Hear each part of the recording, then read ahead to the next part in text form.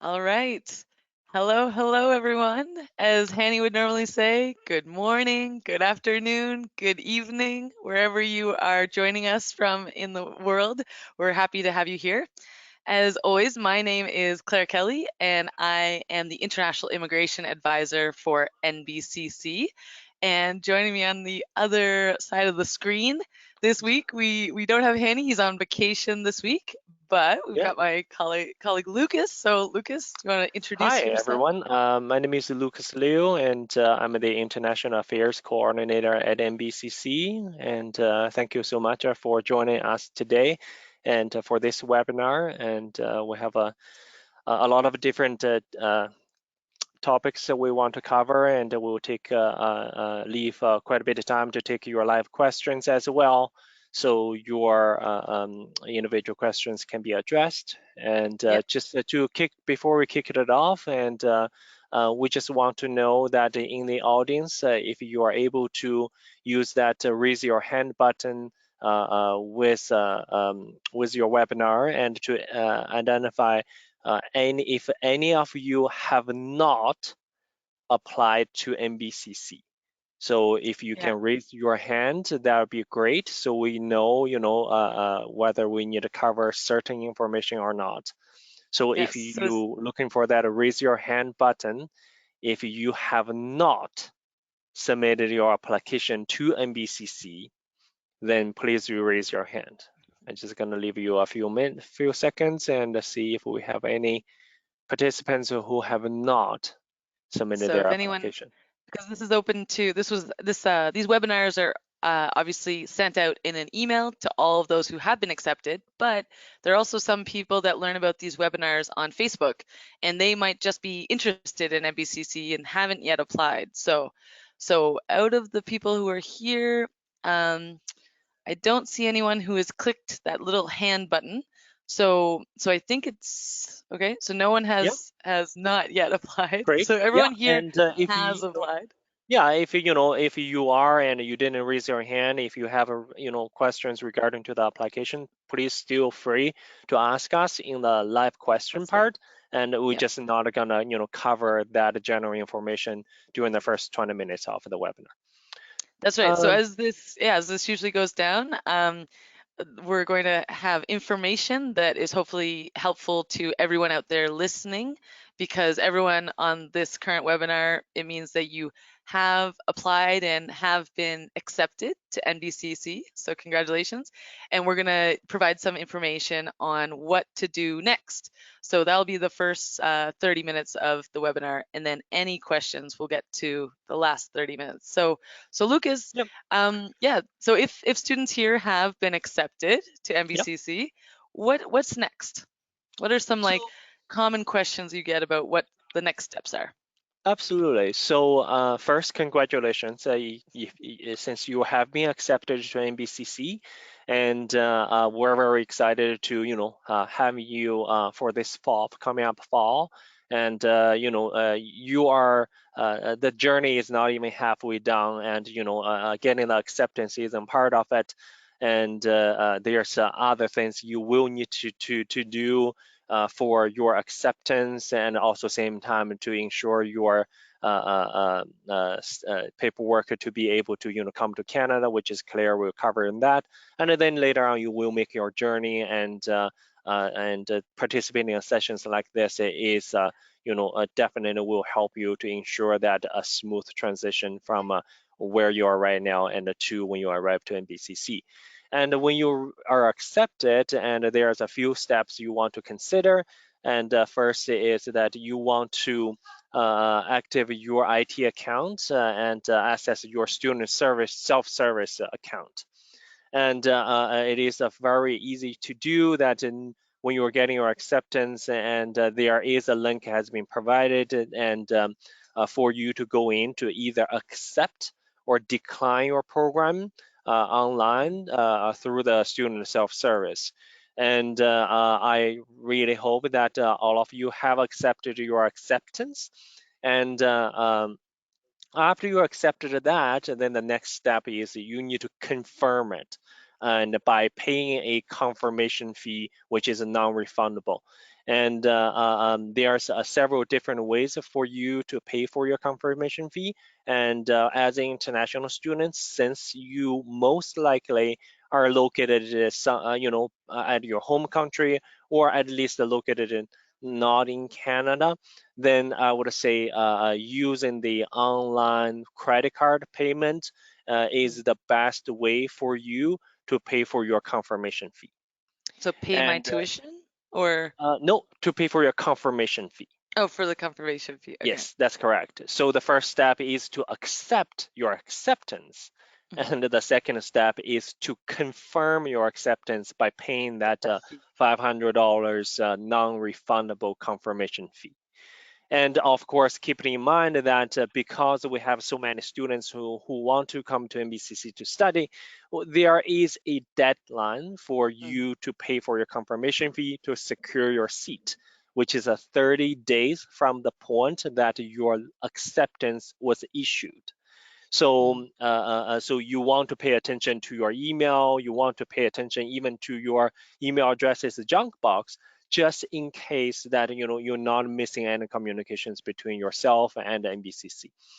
And the next step is, as international students, you are aware that as long as you are not a Canadian citizen, not a permanent resident of Canada, you will need to apply for your study permit to come to study in Canada. Then you will need to apply that, and Yep. Claire will cover the information how you need to pursue that in the later on of the session Hmm. today. And then the next step, if you already get that information sorted out, the next step for you is to review your financial part and see what else you need to pay. And there is a tuition, and there is books cost, and there is technology fees.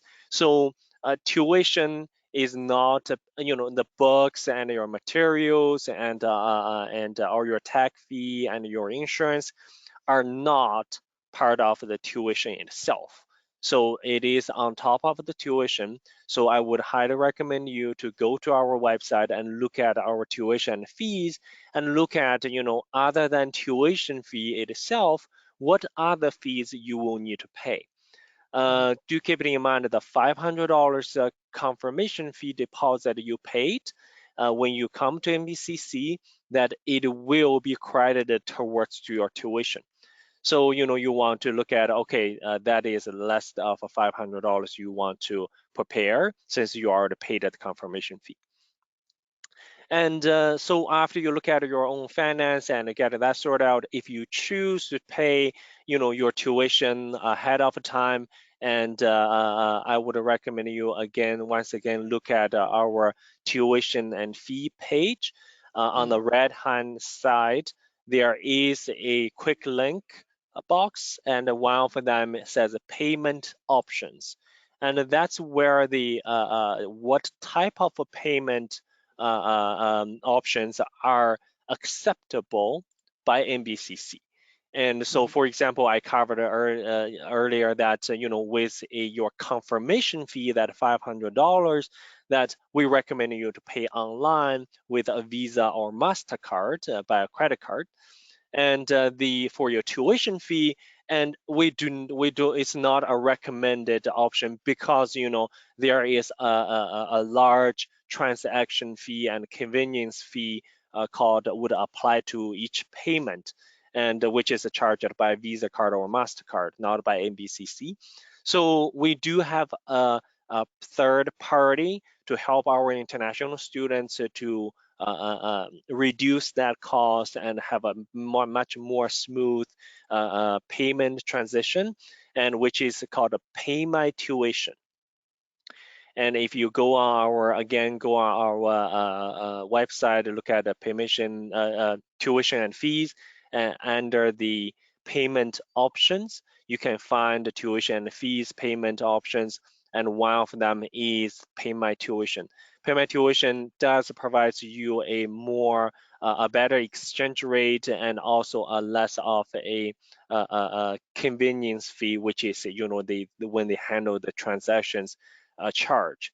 So that is what we recommend our international students to go use to pay your tuition fees before you arrive in Canada, if you choose to do so. And of course, excuse me, the next step is to look at your acceptance and see what type of acceptance is. Is it a conditional acceptance or it is a full acceptance? If it is full acceptance, that means you have met all the requirements you need to meet, and from NBCC's consideration, there's nothing else you need to provide us. However, if you received a conditional acceptance, that means that there are certain conditions will need to be met before you start your class in September. So for example, for international students, the most common one is the language requirement. So we do require our international students whose English is not their first language to submit the documentations to prove that you meet our English requirement. So that deadline is July 15th. And please make sure that you keep it in mind and it is indicated in your acceptance letter. And you want to take your language exam, and doesn't matter whatsoever is convenient for you. And it can be an IELTS academic test, it can be a TOEFL test, and it can be a Pearson. And also, we also do recognize a duolingual English test as well, which is entirely online. And so you want to check your letter and see if it's a conditional acceptance based on language, then you meet our language requirement before July 15th. And also same time, keep in mind that there's other type of conditions as well. For example, the condition of if you have not graduated from high school, of course, you want to make sure you continue to study right now and focus on your school and successfully graduate. And for example, also you have some conditions such as you need to successfully complete your grade 12 math course to qualify for, let's say a business program or a engineering program. You want to make sure that you don't, lose your focus with your schoolwork right now in your high school or even your university. You want to focus on those courses that is outlined in your acceptance letter. You need to successfully pass them to be able to meet the final requirement to attend NBCC in September. So that is another step. Then later on, and of course, you want to start looking for places to live, and we will have more sessions regarding to how to search for housing later on to better prepare you and provide you some informations there. We do have a housing guides for each individual campus that you can go on our website and start taking a look at it now.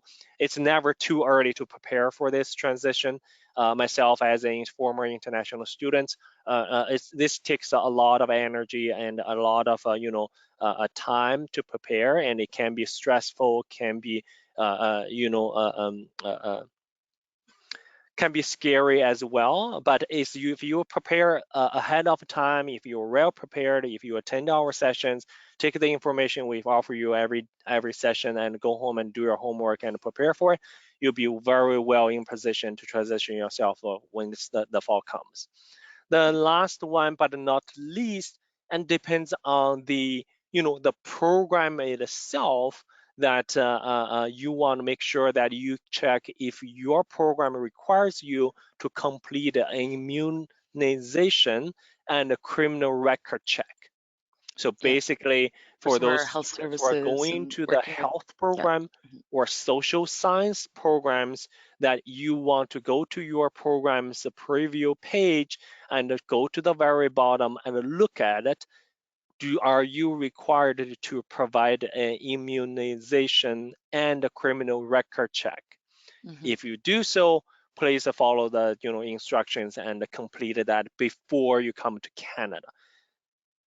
So that's all the information that I'm going to offer you regarding to what to do before you come to NBCC after your acceptance. Of course, we will cover this a little bit more next few webinars as well, just to in case that we missed something or if you missed something. Yeah, no, that was awesome. That was perfect, Lucas. Thank you. Thank you. That was very helpful step by step. Um, And yeah, a lot of this is covered, of course, in the acceptance letter. And as Lucas mentioned, we will certainly be covering this more and more every week based on the questions. And as we get closer to our April intake and our September intake, which is the really big intake at NBCC, we will have themed webinars on almost every topic that has been mentioned, especially housing Yes. in each of our 6 campuses, because that looks different in every community in New Brunswick. So okay, so once you've been accepted, and let's say you've done all of those things that Lucas has just mentioned, so check, check, check, check. Of course, you'll be needing to apply for a study permit. So if you are an international student from anywhere in the world outside of Canada, you need to apply, even if you're currently studying in Canada. If you do not hold a Canadian passport, you do require a study permit and possibly a visa. That's something separate, and it will come along with your study permit. So don't worry about that. But I'm going to walk through a couple steps of how to get that study permit and talk about. I've mentioned this in webinars in the past, but I'm going to bring up a document that is on our website, the difference between the student direct stream and the regular study permit stream. So Lucas, just bear with me. I'm going to start sharing my screen. And can you see it? Can you see all of my I different can see icons? the Yeah, shared okay. screen. Uh, Yes.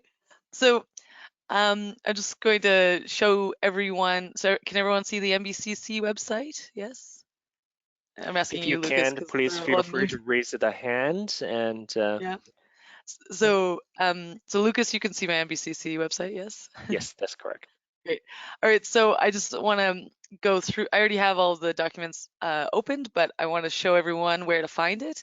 So under admissions, under international applicants, you go down to visa, permits, and immigration.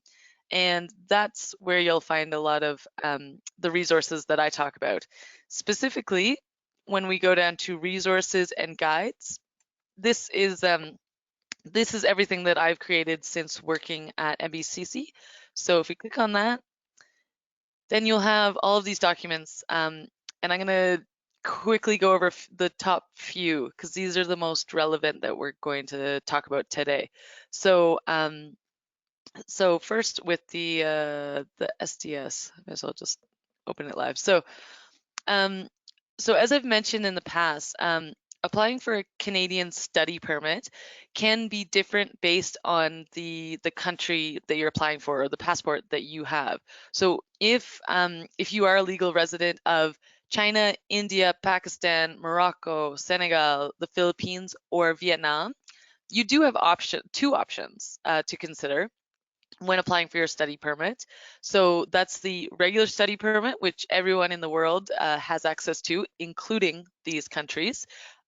Or if you are from one of these countries, you have the option to go through the student direct stream.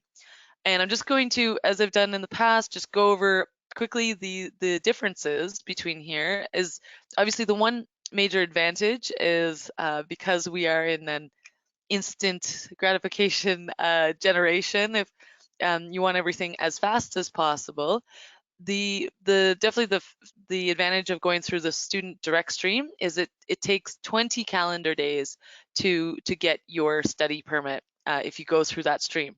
But in order to go through the student direct stream, you have to meet a few criteria. So as I said, the best thing is that it's fast versus the regular study permit. Depending on which country you're coming from, it can take anywhere from 2 to 3 months, sometimes faster, but and I think around this time of year it might be faster, but on average about 2 to 3 months, sometimes longer as well when it gets busier. So if you're going through student direct stream, you want it done in 20 calendar days, you have to apply online. You have to have done an IELTS test. As Lucas mentioned, at NBCC, we accept a lot of different English language tests. To meet our requirements, you can take Duolingo, you can take IELTS, you can take CELPIP, there are lots of English tests out there. But if you want to go through the student direct stream, you have to take an IELTS test and you have to meet 6.0 in each of the 4 skills. For versus as you'll see on the other side here, the regular study permit stream, there's no minimum required for a study permit to enter Canada. There is, of course, our language requirements, so you have to meet our language requirements, but it doesn't matter which test. Okay, but Claire, yeah, for the IELTS for the study direct stream, does it has to be academic test or it can be general? very good question. So for applying for a study permit, because you are coming to study in Canada, the IELTS has to be academic. So for this point of time, it has to be academic. Later down the road, when you might be applying for a permanent residency, that's when you might take the IELTS general test. But for when you're coming to study in Canada, it's IELTS academic. Very good question. Yeah, so Um, basically, if it doesn't matter if you are trying to submit it to NBCC for your admissions purpose, or if you are applying for a visa for the study direct stream, it is right. the same IELTS academic test. That's right. That's right. So regular study permit stream or student direct stream, if you're taking IELTS, it's IELTS academic. I believe that says that on our website, correct? Yes, I'm that's correct. assuming it does. Yeah. So if you checked our website, yeah. So, but good question. Please feel free to ask me questions if I'm missing anything. So, and then with the financial requirement for a regular study permit stream, and this is why this is applicable to everyone who's coming to study in Canada. The evidence you need to have the documents to prove that you have financial support for your study time in Canada. So that's the first year in Canada. So that's the cost of tuition. So at NBCC, 9,000. Do you want to give me the specific, Lucas? 9,000. Do you know what it is currently? Or is it? No, you're not. Sorry, I was muted. That's why it didn't Oh, sorry. didn't go through. When It I is have it on full screen, 9,000. I can't see the video. So Yeah, it's 9,282 Canadian dollars for your right, tuition. And there we go. keep it in mind that tuition is subject to change from year That's to right. year. And Yeah, however, on your acceptance letter, it will be indicated based on the previous year's tuition.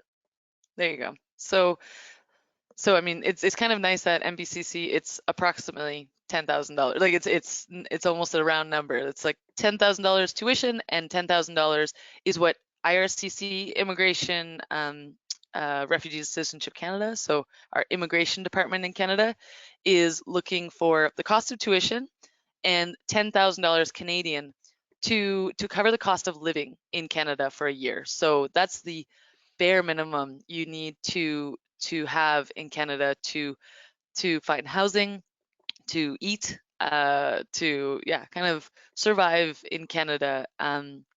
So for everyone in the regular study permit stream, you have to show that you have enough money to cover tuition plus living. So that's about $20,000.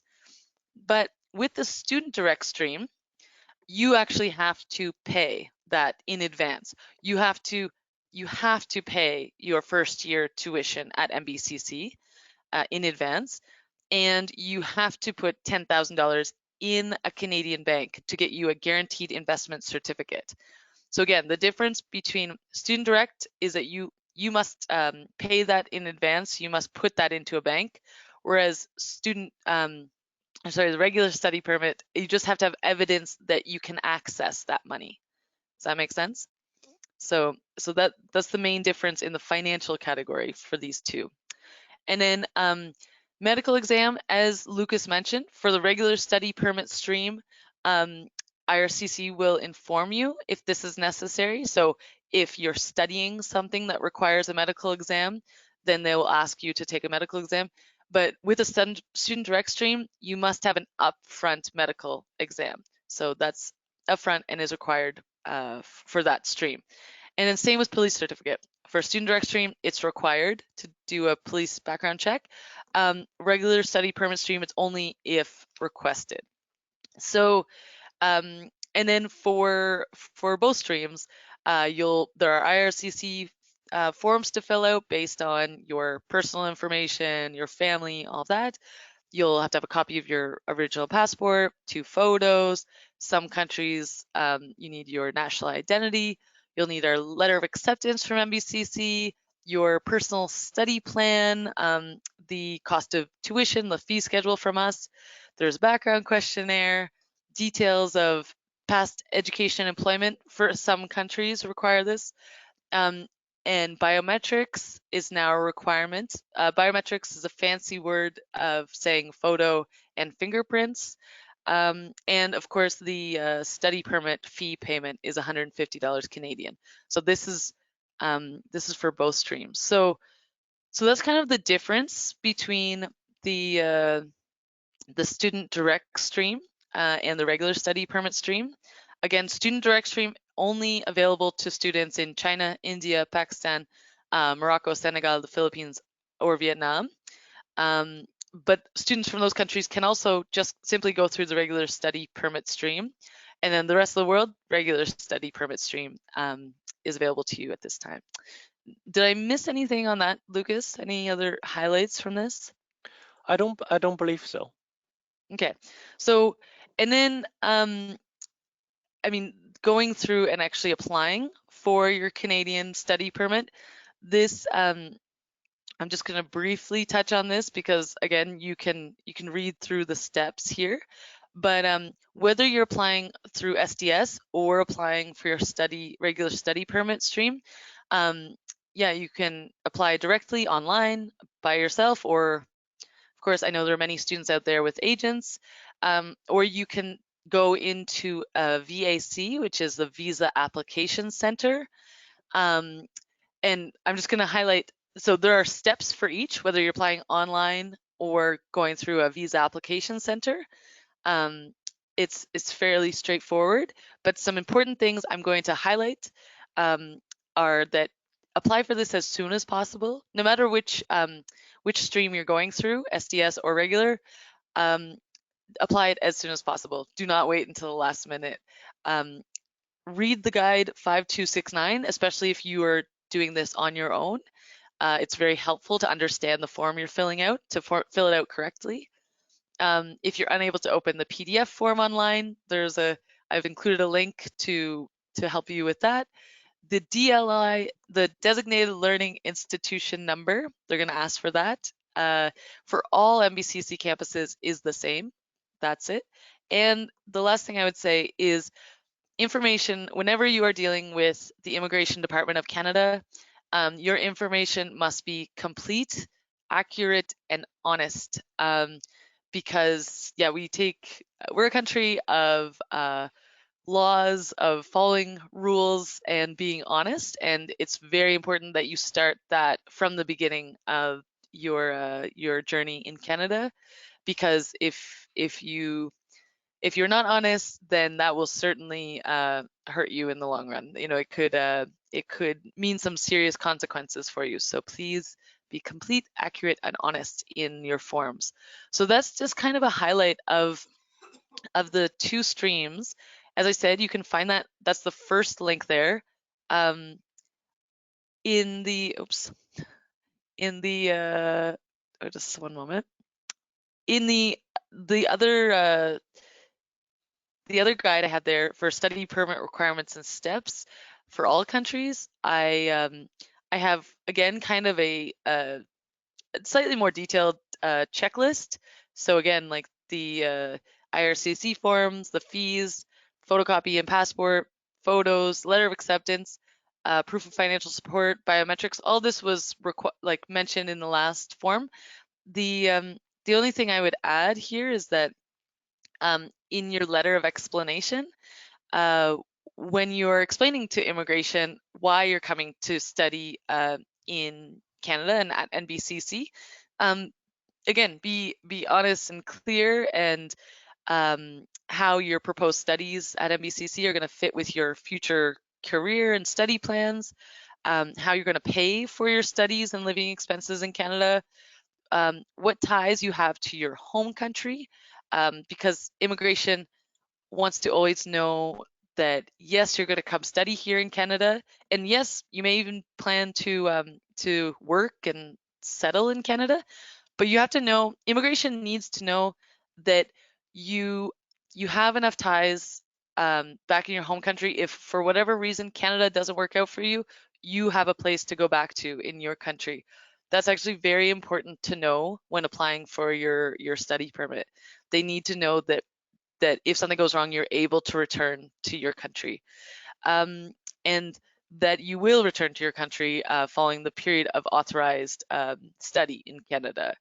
Um, and if I'm just final note on this is that if you have anything in your history or in your future career path that is completely different, if you were I don't know, if you were a engineer in your country and you're coming to be a cook in New Brunswick, that's a bit that's fairly far apart in career fields. So please explain in your letter why you're making such a drastic change.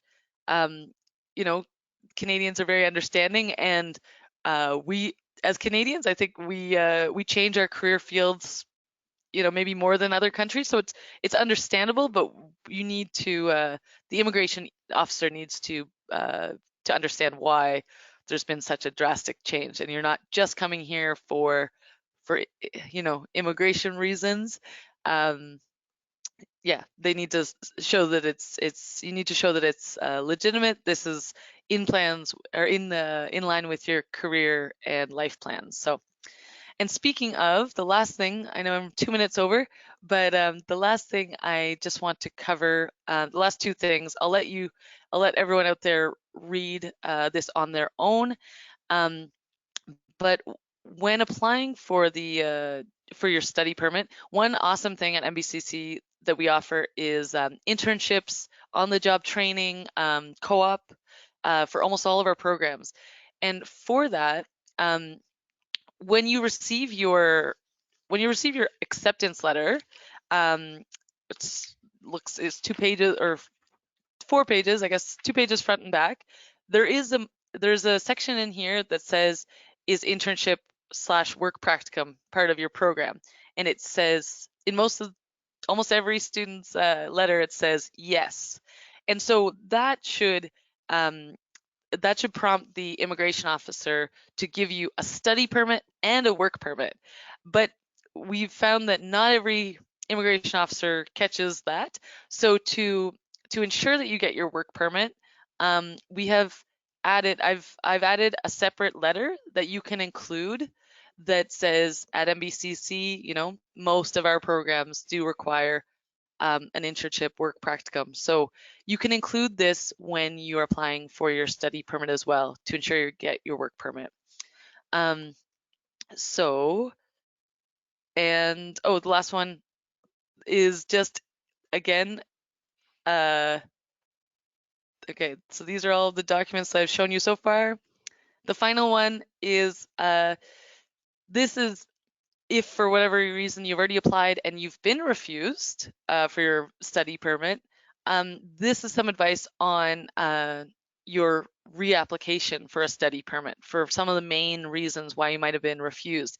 Um, but even if you're applying for your study permit for the first time, you might want to just read this over and see, yeah, how you could prevent having your study permit refused. So these are the top 4 guides. 1, 2, 3, 4. These 4 guides are the most relevant to students who are applying for their study permits now. So that would be my top recommendation, to review those resources now when you're about to apply for your study permit. So that was a lot from me. I'm gonna stop sharing my screen, and now I'm back of it. Now I can see you again, Lucas. Before. Hi. Hi. So we're gonna take some. Was that all right? Any other questions I might have missed or No, I don't points that I think might have so. missed?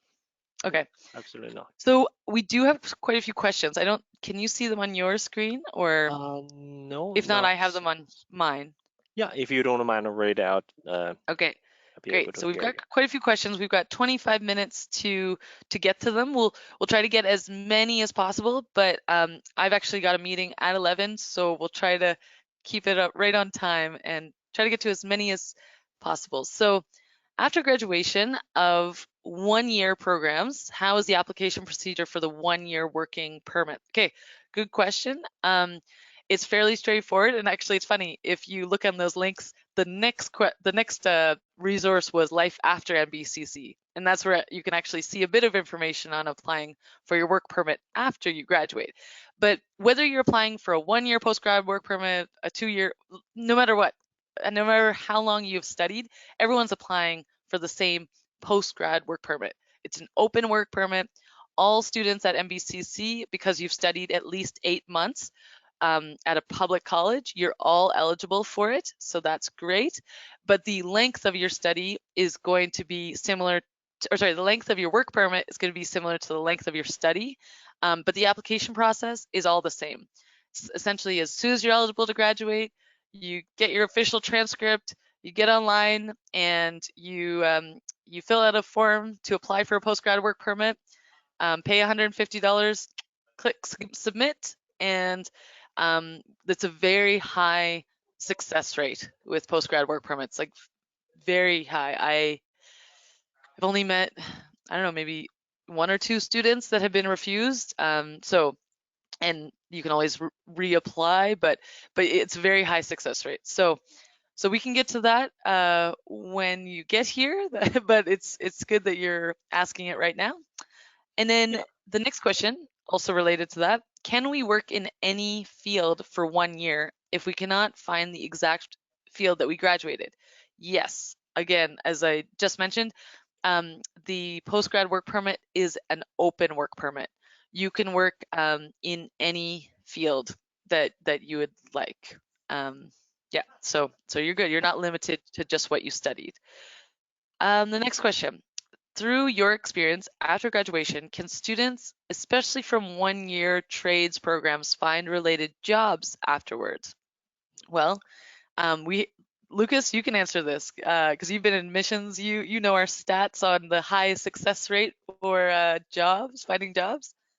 Yes. Do you want to answer that? Um, Yeah. so so um, uh, so for trade, it depends on of course, depends on the program, and certain program areas would have a different employment rate compared to others.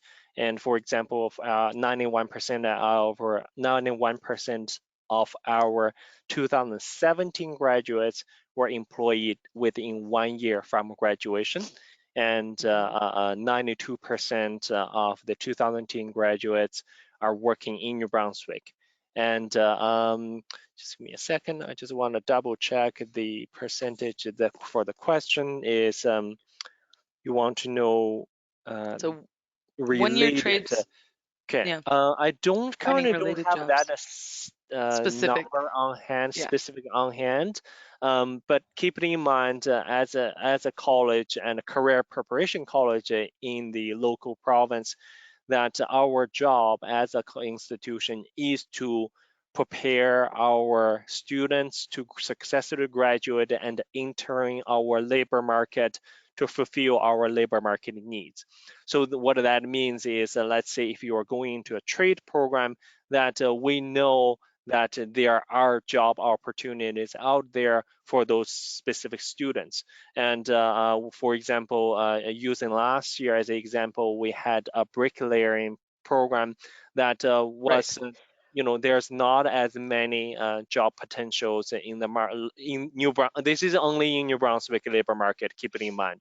This does not limit you to go, to Ontario or other provinces to work, which is That's the next question. we That's hope to you to stay here. yeah, yeah, yeah. However, we will evaluate our programs based on is The there a labor market needs in New Brunswick, not in mhm. other provinces, in New Brunswick. So when you look at our programs, you can feel safe and feel you can make a safe assumption there. That means that there is a labor market demand for that specific program. And Hmm. also same time with the amount of seats we offer is also tied to number of labor market demands for that specific area. Let's say Yeah. if the province is anticipating 50 people who will retire or move Hmm. into other provinces, which is opening up 50 opportunities, then the province will ask NBCC as the public institution to prepare a similar amount of students to graduate in the recent year to fulfill Hmm. that labor market need. Yeah.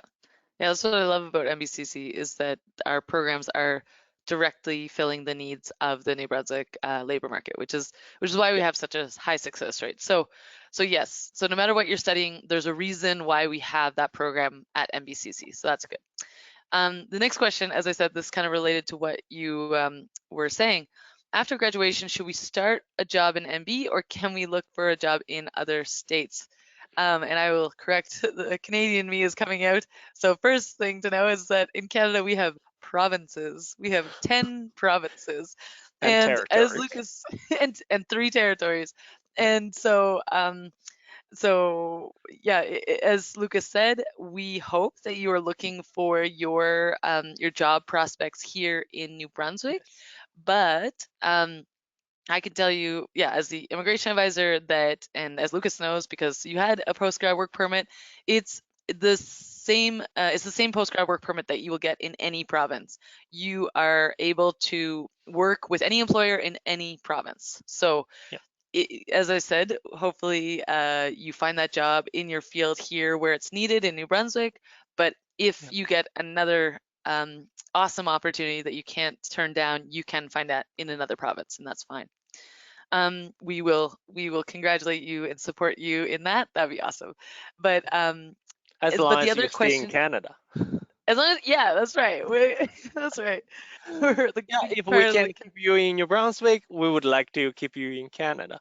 Yeah, yeah, and I of would like course, to note s- yeah, and this some is a of my Canadian. uh, Sorry. uh, uh, classmates who graduated with me and after me or before me decide to return to your home country. That's great. So just as a former international student myself, I choose to stay in New Brunswick, and because I fall in love with it, and the people here are very unique, and when Yeah. you get here, you will learn that firsthand.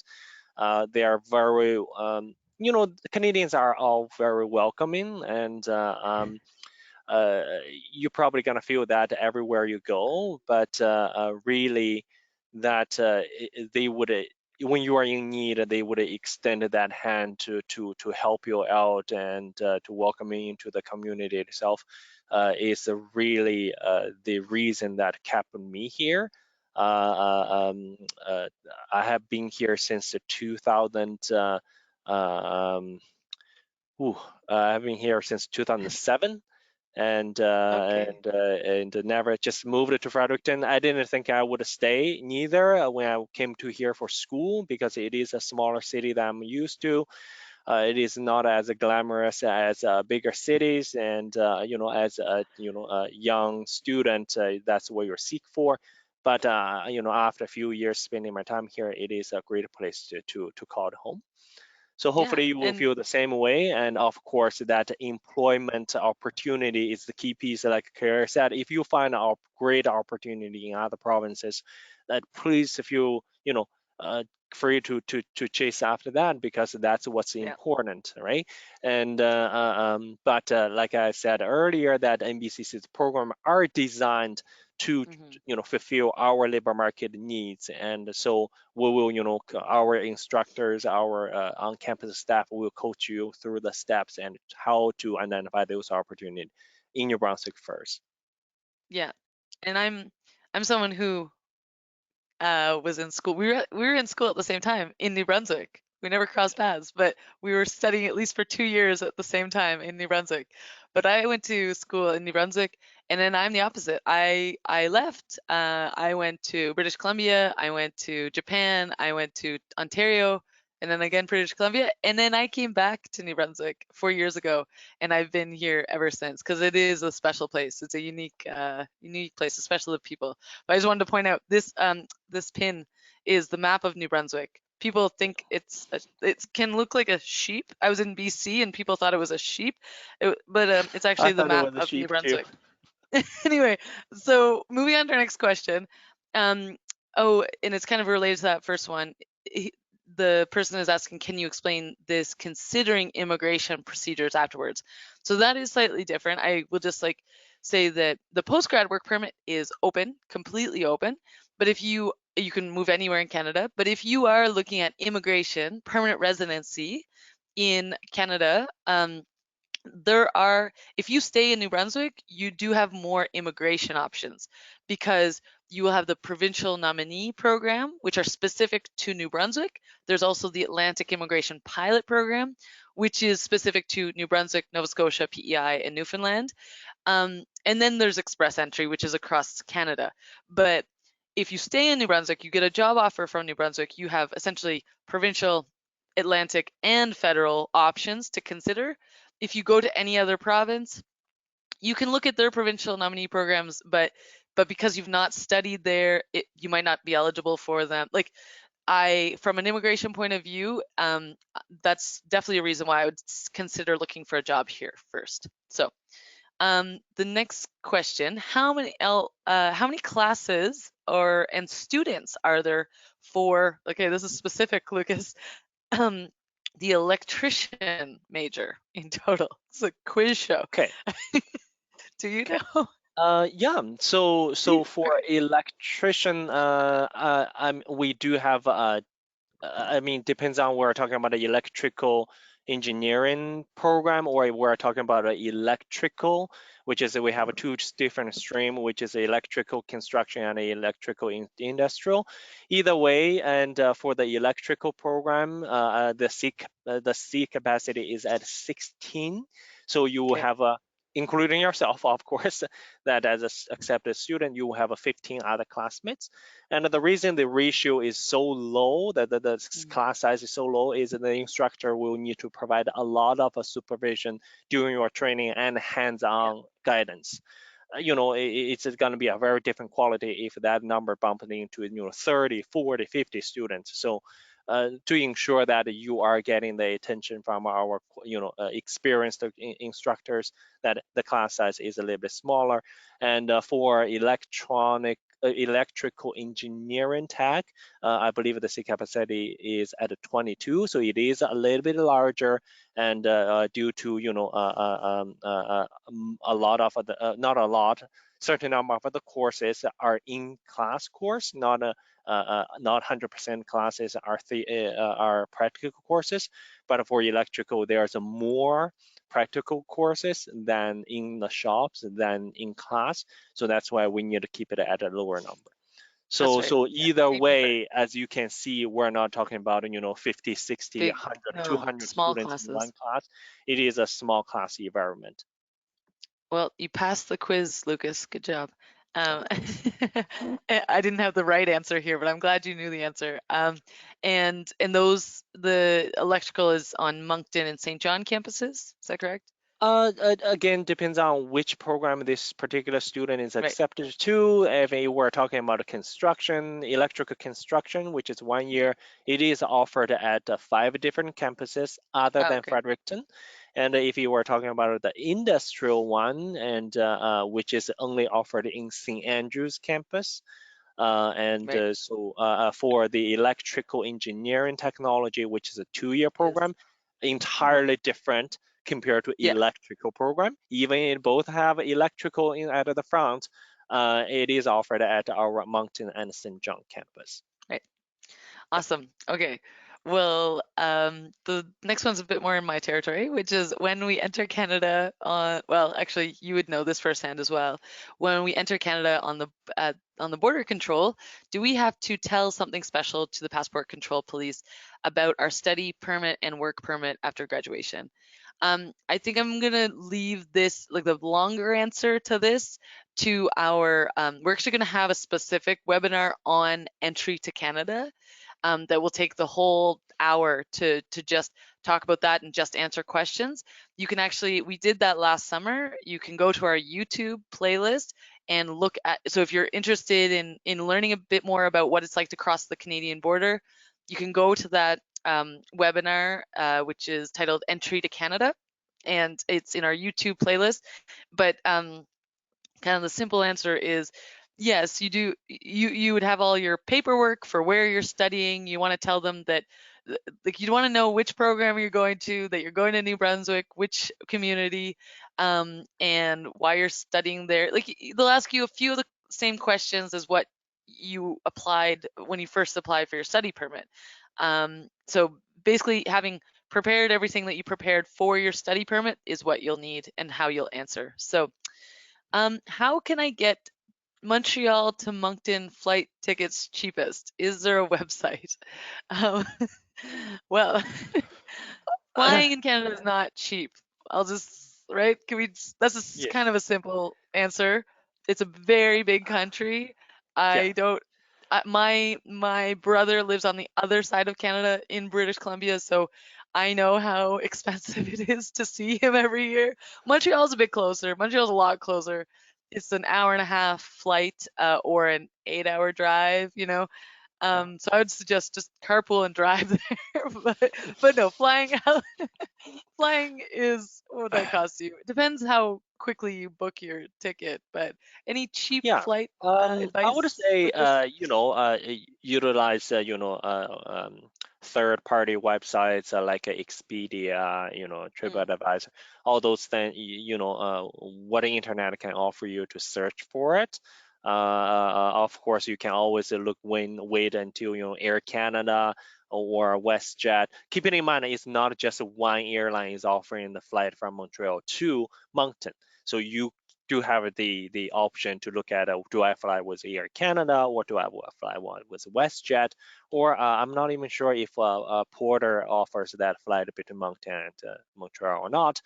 Do your research and see which dates would be more applicable to you, and that's another thing to keep in mind. Later you fly in, of course, that there's more students coming to Moncton. Keep in mind, Moncton is a large city, has multiple institutions, not just NBCC. So you have UDM, you have CCNB, you have NBCC, you have a Mount Allison, which is just 20 minutes from Moncton. So a lot of students would fly into that airport during that period of time right before school mhm. starts. So plan ahead and book ahead, and gonna help you to reduce that cost. And of course, you don't want to arrive too early, then you have to pay extra expenses to stay in Moncton until your permanent location becomes available for you to move in. So those are things all you should keep in mind with. For the students who are looking at the flights and see, oh, on the same day that there's a flight is much cheaper for me to fly to Fredericton or fly to St. John instead of going to Moncton. Can I, then go from the other location to back to Moncton? Yes, you can, and but it's not really recommended. The reason is that since you most likely don't have a valid driver's license yet in Well, Canada. that's actually the next question. Okay, So, so you yeah. you may not have that ready. You may not be able to rent a car right away. Again, renting a car is gonna cost you money, and you have to pay for gas, and then you will have to choose to take up a bus to transit yourself from Fredericton or St. John to Moncton. Depends on the bus schedule. Just gets way too complicated, and I mean, for You know, I you're done it speaking. Yeah, I know. few times, Yeah, even yeah. when I was not the first time arriving in Fredericton, and even when I was a student after I returned from home during my summer break, it's still kind of a little bit nerve-wracking, until you make multiple trips to through this Mm, process. I would say for your first time, really you want to, of course consider your financial ability but the other part is making sure that you feel comfortable and confident to making that journey. You want to Mhm. make it as pleasant as you're part of your experience. You're moving away from your family, moving from overseas to a foreign country you may not know a whole lot about, and just making a smart decision there that what's more important.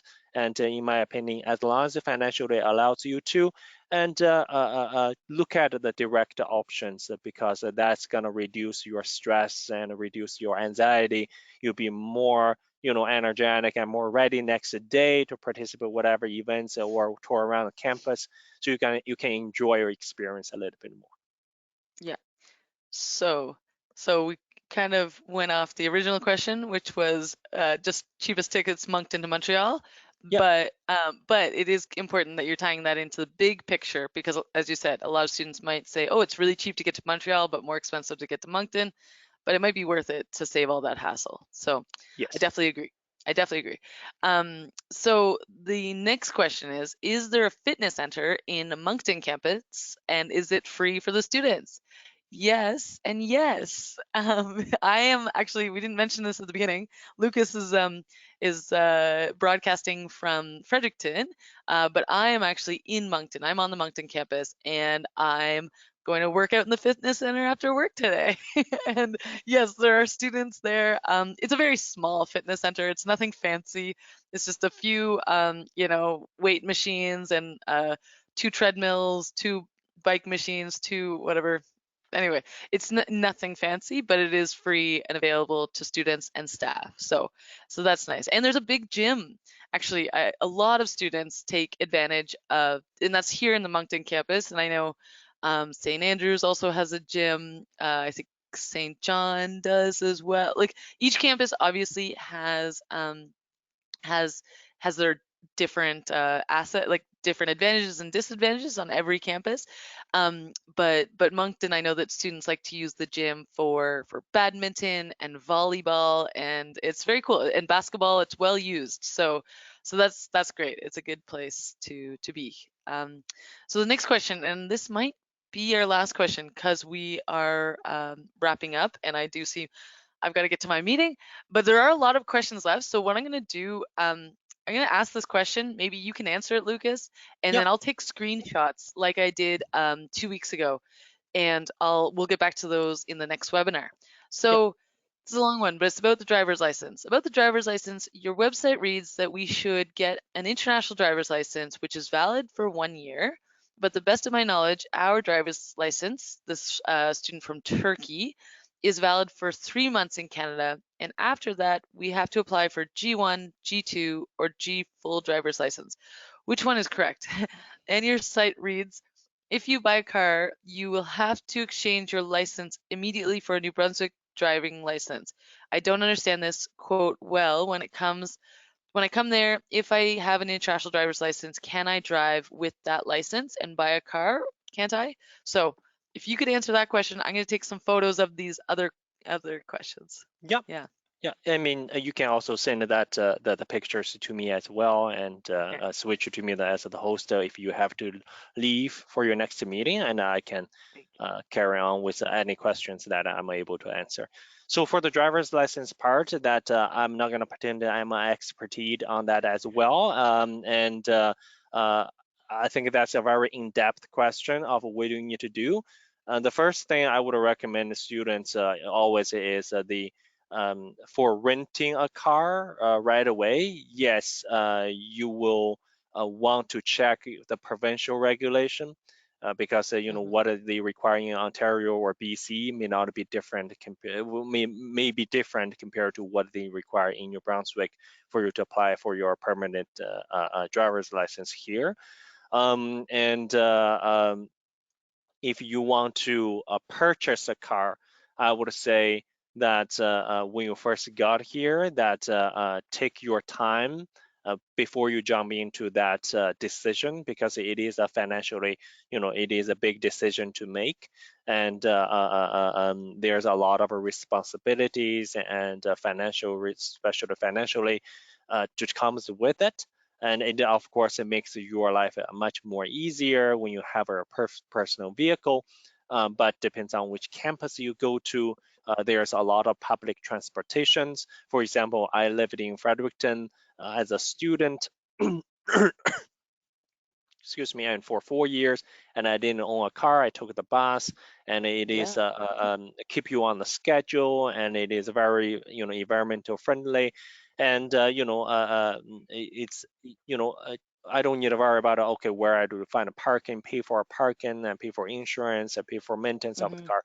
So yeah, keep that as into your consideration as well. If you're in St. John, if you're in Moncton or Fredericton, and those are places that do, and even Miramichi, they do offer public transportations for you to take advantage of.